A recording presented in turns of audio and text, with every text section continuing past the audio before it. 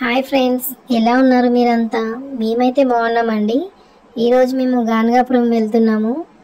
మీతో కూడా షేర్ చేసుకుందామని ఈ వీడియో చేస్తున్నాను. మీరు కూడా చూడండి, ఫాస్ట్ వర్క్ చూస్తారని అనుకుంటున్నాను.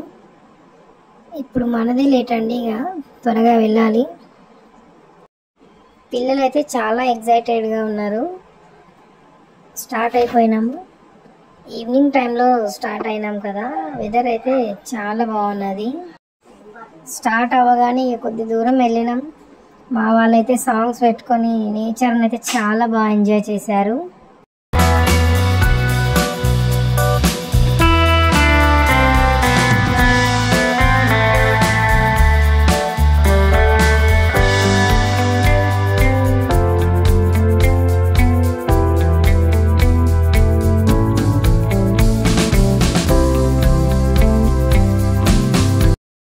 మధ్యలో ఒక చోట ఆగి పెట్రోల్ అయితే కొట్టించేసుకున్నాము.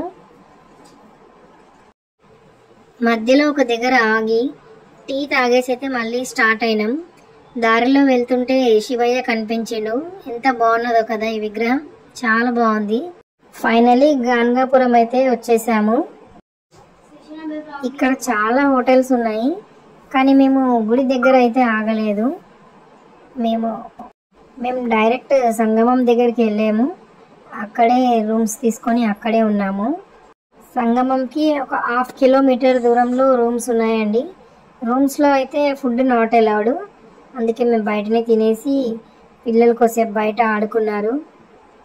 ఆ తర్వాత అయితే ఫాదర్స్ డే ఉండే కదా, ఎవ్రీ ఇయర్ మా వాళ్ళు ఇలాగే సర్ప్రైజ్ చేద్దామని అంటారు వాళ్ళ డాడీకి. ఓకే అని చెప్పేసి ఆ కేక్ నేనే తీసుకొస్తాను అని నేనే ఏర్పాటు చేస్తే వాళ్ళ సర్ప్రైజ్ అని చెప్పేసి వాళ్ళే కేక్ కట్ చేయిస్తారు వాళ్ళ డాడీతోని.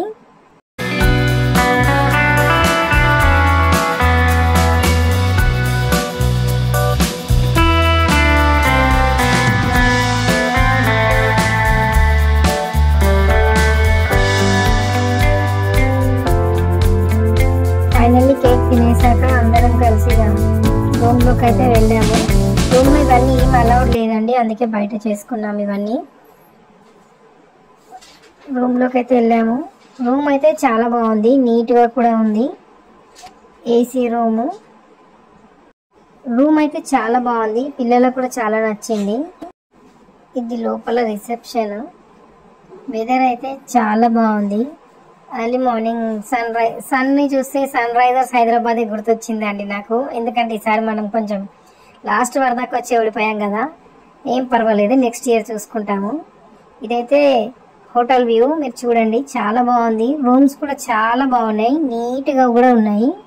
హోటల్ నుండి సంగమం ఒక 1/2 కిలోమీటర్ దూరమే ఉంది. దారిలో వెళ్తుంటే హనుమాన్ చాలా బాగున్నాడు. సంగమం దగ్గర రావి చెట్టు, మేడి చెట్టు ఉన్నాయండి. అక్కడే అందరూ గురు చరిత్ర పారాయణ కూడా చేస్తారు. ఎందుకంటే స్వామి లీలలు ఇక్కడనే చాలా జరిగాయి. స్వామి సంగమానికి వచ్చి స్నానం చేసి వెళ్ళేవారు గుడి దగ్గరికి. అక్కడ మఠం ఉంటుండే ఫస్ట్లో. గుడికి వచ్చేసామండి. చాలా అంటే చాలా రష్ ఉండే. స్వామి ఈ మఠానికి వచ్చే టైంలో ఇక్కడ ఉన్న రావి చెట్టు దగ్గర బ్రహ్మరాక్షసుడు ఉంటుండే. స్వామి ఇక్కడికి రాగానే బ్రహ్మరాక్షసుడు స్వామి పాదాలపై పడగానే స్వామి అతనికి మోక్షాన్ని కలిగింది. అందుకే ఇక్కడ ఏ నెగటివ్ ఎనర్జీ ఉన్నా కూడా పోతుందని అందరి విశ్వాసం. లోపల నుండి అయితే వీడియో తీయనియరు కదా, బయట టీవీలోకే వీడియో తీసాము. ఫైనల్గా స్వామి దర్శనం చేసుకొని అయితే బయలుదేరామండి. దారిలో ఒక చోట ఆగి లంచ్ చేసేసి ఇంటికైతే వచ్చేసాము. మా వీడియో నచ్చినట్టయితే ప్లీజ్ లైక్, షేర్, సబ్స్క్రైబ్.